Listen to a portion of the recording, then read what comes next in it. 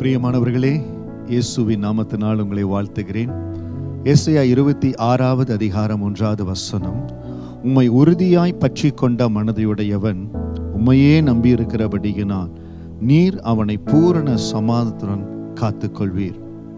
இந்த வார்த்தையை கேட்டுக்கொண்டிருக்கிற அருமையான சகோதரனே, சகோதரியே, நம்முடைய வாழ்க்கையில சமாதானம் இல்லாத, சமாதானத்தை குலைக்கிற எத்தனையோ காரியங்கள் வருகிறது. அந்த நேரத்துல எல்லாம் நம்ம என்ன செய்கிறோம்? மனசொடிஞ்சு போய் எனக்கு சமாதானம் வேணும், அதற்காக ஏதாவது சில காரியத்தை செய்கிறேன். சில பேர் மதுபானத்தை எடுத்துக்கொள்றாங்க. சில பேர் ஏதோ ஒரு கெட்ட பழக்கத்துக்கு தங்களை அடிமையாக்கி கொள்றாங்க.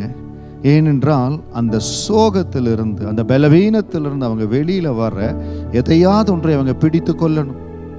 ஏதோ ஒரு காரியத்தை பிடித்து கொண்டு அதுல சமாதானத்தை தேடுறாங்க. இன்றைக்கு இந்த வார்த்தையை கேட்கிற நீங்க, எனக்கு சமாதானமே இல்லை பிரதர், இறுதி எல்லாம் சோகமா இருக்குது, வெற்றிடமா இருக்குது, வெறுமையா இருக்குதுன்னு நினைக்கிறீங்களா? இயேசு உங்களுக்கு சமாதானத்தை கொடுக்க அவர் காத்து கொண்டிருக்கிறார். அவர்தான் சமாதான பிரபு.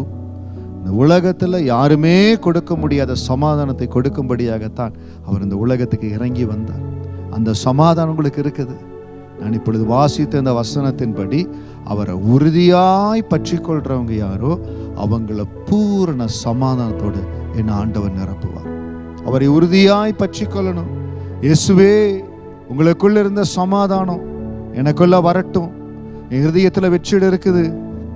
எந்த சூழ்நிலையில நீங்க சமாதானம் இல்லாம இருந்தாலும் சமாதானத்தை கொடுக்கிற, உலகம் கொடுக்கிறபடி அல்ல, அவருடைய சமாதானத்தை கொடுப்பார்.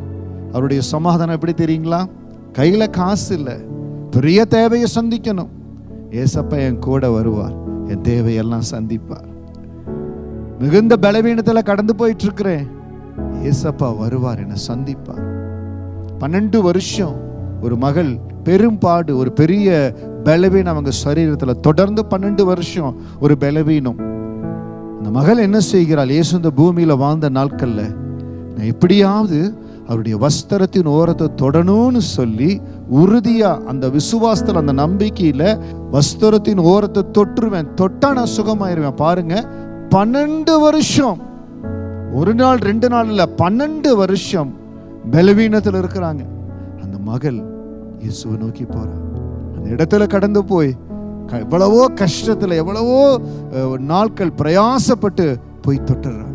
உடனே அவள் எதிர்பார்த்த அந்த சுகம் வந்து விடுகிறது. காரணம் என்ன தெரியுங்களா? உறுதியாய் அவரை பற்றி கொண்டு விசுவாசம், இயேசு எனக்கு செய்வார். இதோ இப்பொழுது உங்களுக்காக நான் ஜெபிக்க போறேன். பரிசுத்தமுள்ள நல்ல தெய்வமே, இந்த வார்த்தையை கேட்கிற அன்பு பிள்ளைகளுக்காக என்னுடைய பாதத்தில் ஜெபிக்கிறேன். ஆண்டவரே, இவர்கள் கடந்து போகிற இழப்பு, போராட்டம், எந்த விதமான சோகமான சூழ்நிலை இருந்தாலும் ஆண்டவரே, நீங்க சொன்னீங்க உலகம் கொடுக்க முடியாத சமாதானத்தை உங்களுக்கு கொடுப்பேன்.